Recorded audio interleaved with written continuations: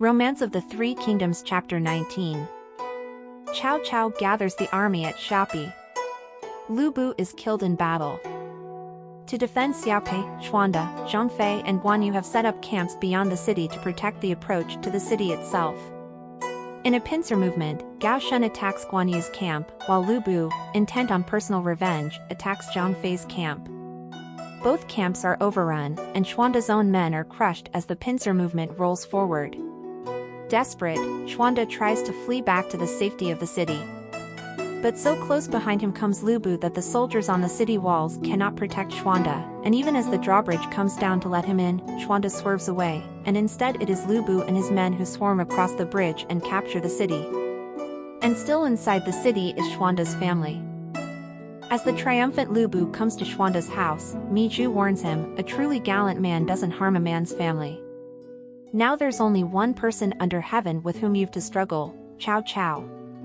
Xuanda will always recall how he was protected by your actions at the gate. He'll never forget this.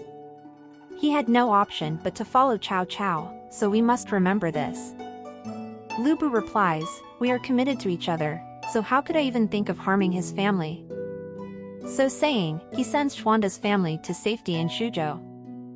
Xuanda is now effectively a refugee seeking to make his way to Cao Cao to try to continue the alliance. Yet, desperate as he is, whenever he enters a village, the local people are virtually competing with each other to find provisions for him. Such devotion sadly leads to a terrible incident. Xuanda and his companion Sun Jian seek shelter in a hunter's home. The hunter is called Luan, and he immediately offers to go and hunt for fresh meat for them to eat. To his distress, he cannot find any game. Desperate to keep his word, he kills his wife and serves up flesh from her body. When Xuanda asks what meat they are eating, Luan replies, wolf. It is only as they depart the next day that the two companions see the dead body of a young woman in the kitchen. The flesh from her arms has been cut away. This extraordinary action draws tears from Xuanda when he realizes to what lengths Luan has gone to keep his promise. Xuanda joins up with Cao Cao. Soon they are on the warpath again, heading for Lu Bu. Back in Xuzhou, Lu Bu is kept informed of developments against him and he places much of his trust in Qindang. This is a great mistake, as will be revealed. On Qindang's recommendation, Lu Bu moves his reserves and his own family to Xiaopi as a safe haven should Xuzhou fall. But Qindang has realized that Lu Bu's cause is doomed and has already decided to betray him. Through secret messages, Qindang keeps Cao Cao informed of Lu Bu's intentions. This enables Cao Cao's men to thwart all attempts by Lu Bu to gain the upper hand in the skirmishes and battles that follow. Through such treachery Xuzhou falls. It is Qindang's plotting which leads to Xiaopei falling into Cao Cao's hands. Qindang persuades the bulk of Lu Bu's commanders that Lu Bu has sent urgent messages asking them to ride to his assistance. When they leave, Qindang opens the gates to Cao Cao's cousin Cao Ren. When Lu Bu retreats to what he thinks is the safety of Xiaopei, having been defeated by Cao Cao's men, he finds the city in enemy hands. With nowhere else to go and with Zhangfei closing in on him, Lu Bu has no option but to escape to his fallback city of Xiaopi. Trapped there and besieged, Lu Bu wants to strike out from the city to attack his enemies. But he is persuaded by the fearful tears of his wife and concubine not to leave them. Distraught and depressed, he sinks into alcoholism. It is in these circumstances that his advisors Su Si and Wang Kai revive the idea of an alliance with Yuan Shu through the marriage of Lu Bu's daughter to Yuan Shu's son. With great bravery, Su Si and Wang Kai make their way through enemy lines to Yuan Shu. Despite his initial anger, remember Lu Bu had executed Yuan Shu's envoy when had come to discuss the marriage previously, he agrees. But on the way back one of the envoys of Lu Bu is captured by Zhangfei, and the plans are revealed to Cao Cao. The stranglehold of the siege is increased to prevent Lu Bu and his daughter escaping to Yuan Shu. So desperate is Lu Bu that he decides to make a break for it, even though the odds are seriously stacked against him. An auspicious date is chosen, and at dead of night he prepares to break out. His young daughter is wrapped in protective cotton and then a suit of armor. She mounts behind her father on his famous steed Red Hair, and they attempt to get out of the city and break through the besieging troops. Under cover of darkness they slip out of a small gate, but, as they approach the outskirts of Xuanda's camp, their flight is discovered. The three brothers-in-arms rush to attack, pushing back Lu Bu's armed escort. No one is braver than Lu Bu, but he will not put his daughter's life at risk. Instead, he is forced to retreat back into Xiapi with his daughter. This failure drives Lu Bu deeper into drink and despair. The siege is getting nowhere, and Cao Cao is ready to give up, when his advisors Sun Yu and Gu Jia come up with a plan. They divert the rivers Yi and Si and flood the city. Inside the city, discontent with Lu Bu is mounting among his own men. From drunkenness he has swung to abstinence and banned all alcohol. When one of his greatest generals breaks this to celebrate a small victory, Lu Bu condemns him to death and is only just persuaded to mitigate this to 50 lashes.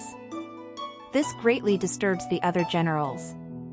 Plots begin to take shape and one of them results in Red Hair, Lu Bu's amazing horse, being stolen and delivered to Cao Cao. The next day, a massive assault on the city takes place, and during this long attack Lu Bu, exhausted, falls asleep in one of the towers. Two of his men decide to take things into their own hands. Song Xian seizes the opportunity to steal away Lu Bu's famous halberd and, with Wei Su he binds Lu Bu, who suddenly wakes to find himself a prisoner of his own men. Wei Su then shouts down to Cao Cao that Lu Bu is now their prisoner and opens the city gates. The city is swiftly seized by Cao Cao's men. Chen Gong, a former ally of Cao Cao, is also captured. Once order has been restored, Cao Cao, with Xuanda, sits to judge the prisoners. When Chen Gong is brought in, Cao Cao asks how he has been since they last met, to which Chen Gong responds bitterly, "You're a man of deceit, this is why I abandoned you." Cao Cao retorts angrily, "So is that why you left me to go serve Lu Bu?" "He may have been a fool," snaps Chen Gong, "but he's not like you, full of deceit." "Well," replies Cao Cao, "you may be clever, but that doesn't help you much today, does it?" Chen Gong shouts back that he expects nothing but death, and when Cao Cao asks what should become of Chen Gong's family, his wife and mother and children, Chen Gong replies, "It is said that those who rule by the laws of filial piety will never harm another man's family.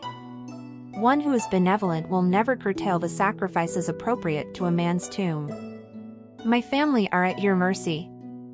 I just ask for a swift death." Cao Cao gives instructions that Chen Gong's family are to be taken to the capital and cared for all their lives. There is hardly a dry eye in the hall when Chen Gong bows his head and is executed. As a poet has written, "To him, life and death were undivided. What a charismatic figure he cut. Alas, his lord didn't value his words. A man like that can't understand such qualities. Despite it, he was constant in his support. Our hearts are moved by his parting words to his family. At the White Gate he gave his life like this. Tell me, who is not in awe of Chen Gong?" Then Lu Bu is brought in.